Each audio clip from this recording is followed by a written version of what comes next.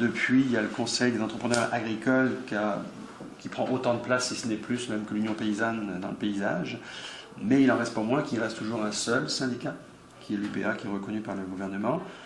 On sait toutefois qu'il y a des tentatives parfois de certains politiciens d'essayer d'ébranler un peu les choses pour tester. Peut-être c'est ce qu'a fait le ministre Paradis, on ne le sait pas. En tout cas, dans le dernier numéro qu'on a sorti, on a fait une entrevue avec lui où il disait que le pluralisme syndical, je ne ferme pas la porte même si je n'en défonce pas. Donc on peut interpréter ça de plusieurs façons.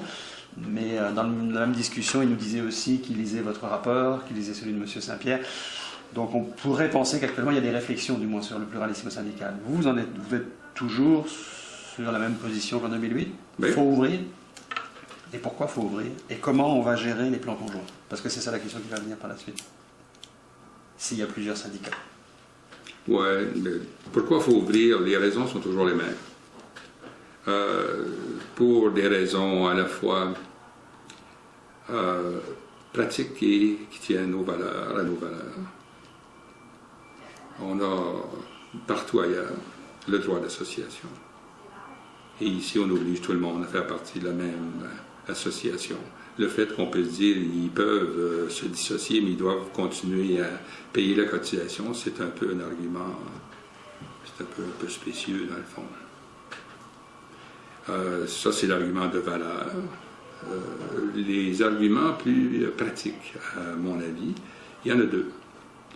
Un syndicat qui appartient à ses membres, qui vraiment là, est contrôlé par ses membres, est un syndicat qui permet aux membres de s'en dissocier et puis d'emporter avec lui sa cotisation lorsqu'il s'en dissocie. Sans ça, vous ne maîtrisez pas l'organisation.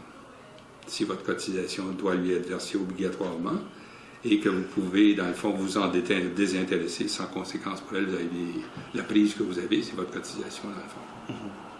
Et puis ça fait une organisation qui est beaucoup plus sensible aux besoins et aux désirs de ses membres. Ce qui est un peu surprenant, c'est de constater que les Québécois, ils ne connaissent pas grand-chose en agriculture. C'est un peu comme une boîte noire. Et puis, pourquoi c'est une boîte noire? Parce que les choses importantes, qu'il s'agisse de la gestion de l'offre ou qu'il s'agisse de la mise en marché, ou qui touchent non seulement les producteurs, mais aussi les consommateurs, beaucoup, ça se discute uniquement entre producteurs, à l'intérieur d'un syndicat. La crainte vient d'où? Comment se fait-il qu'un gouvernement qui reçoit des conseils d'experts, en fait, suite à des travaux sur le terrain, vous avez quand même fait, je pense, plus de 700 mémoires, en fait. 770. Comment se fait-il, que les ministres en charge ne prennent pas acte de ce qui leur vient? Parce que je pense, en tout cas là, je vais m'avancer puis interpréter la chose. Je pense que le gouvernement, il se sent, puis il faut le reconnaître aussi, il se sent un peu coincé. Mettez-vous à sa place, là, vous êtes le ministre, et puis vous avez à vous prononcer là-dessus. Ou vous dites non.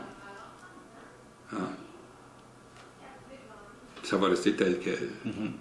Puis à ce moment-là, vous allez voir se dresser contre vous ou contre votre décision.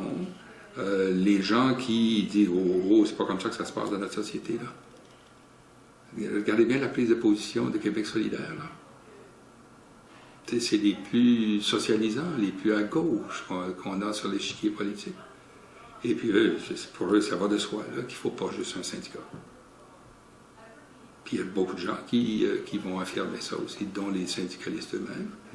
Puis de l'autre côté, si vous dites oui, il va y avoir pluralisme syndical, l'UPA, c'est pas négligeable comme force politique.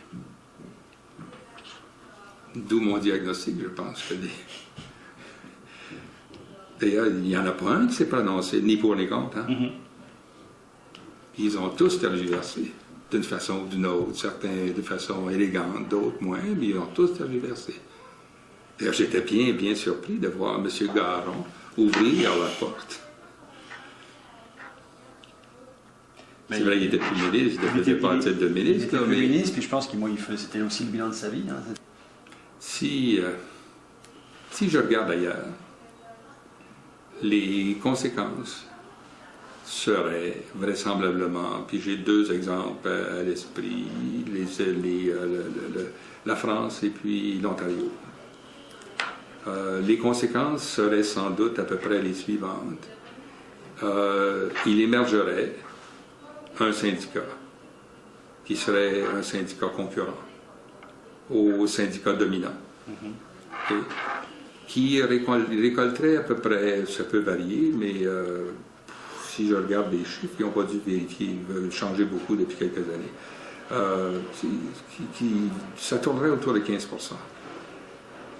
Autour de 85% adhéreraient au syndicat dominant. Puis ce syndicat dominant-là, pour moi, ce sera l'UPA.